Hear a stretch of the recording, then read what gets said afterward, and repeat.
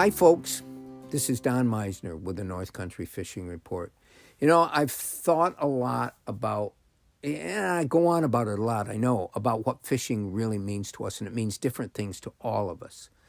But I was watching a video that showed how to use one of these lures that, of the millions of lures now that are available, but I was watching this guy fish, and they had a video to show him catch a fish on the lure, so you'd think, well, gee, this lure is going to work.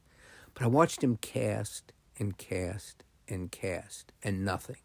And all of a sudden, on one of the casts, his rod reacted, he got all excited, he brought the fish in within less than a minute. It was a great, big, largemouth bass, held it up with a big smile on his face, and we're all to think, wow, that lure is going to catch me that big bass. But here's what it made me think. Yeah, just about every lure made will work under certain conditions. But what did that really show me? It showed me that when we go fishing, and I think back to all the thousands of different life experiences I've had through the years going fishing, how much of the time, of all the time in a fishing trip, is really spent on battling a fish? Not very much.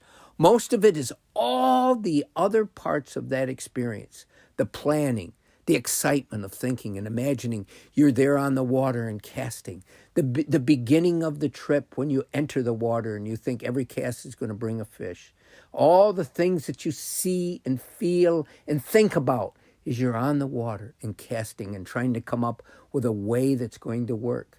And you and I both know that there's a lot of times we go fishing and we get skunked. We don't talk about it too much, but that happens a lot of times. And I remember back in the early part of my life going out, and if I went out and I caught 3 fish in a day, I thought, wow, this is a pretty good day. I had a wonderful time.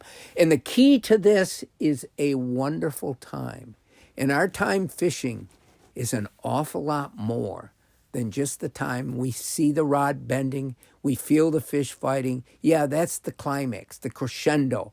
That's the apex of the experience.